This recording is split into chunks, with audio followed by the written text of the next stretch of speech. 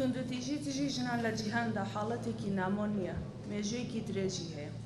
بەداخۆ کوردستانیش لەمە بێبەش نییە، ئەگەر لە دەرەوەی خێزان بێت یاخود لە ناو خێزاندا.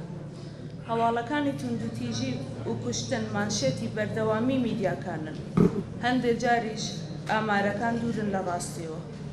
دۆخی سیاسی ناهەمواری کوردستان کاریگەری نێگەتیڤی هەبووە، فاکتۆرێک بۆ زیادبوونی توندوتیژی.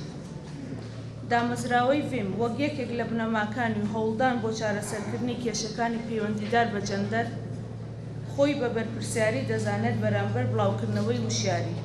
ڕوبەڕووبوونەوەی نەهێشتنی ئەم دیاردە نەخوازراوە ئەگەر بەردەوامی هەبێت وێنە و ڕوخساری کۆمەڵگاکەمان ناشرین ئەکات و هەنگاوەکانی بەرەوپێچوونی دیموکراسیە دوا دەخات. ئەرکی هەمووانە ڕوبەڕووی ئەم دیاردەیە بۆستینەوە.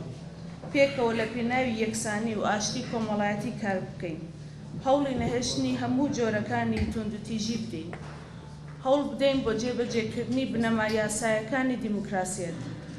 ئێمە لە ڤیم فاوندیشن لە سۆنگەی ئەوەی کە کەس ناتوانێت هەموو شتێک بکات، بەڵام هەموو کەسێک ئەتوانێت شتێک بکات ئەگەر شتەکەیش کەم و بچووک بێت. ئەمانوێت هەڵسین بۆ ئەرکەی لەسەر شانمانە. کەمپینی ژیان لە چالەکێکی چواربەشی پێکاتوە بۆ باسکردنە لە ژیانی ئەو ژنانەی کە بە بیانی و شەرەف کوژراون یاخود توندوتیژیان بەرامبەر کراوە.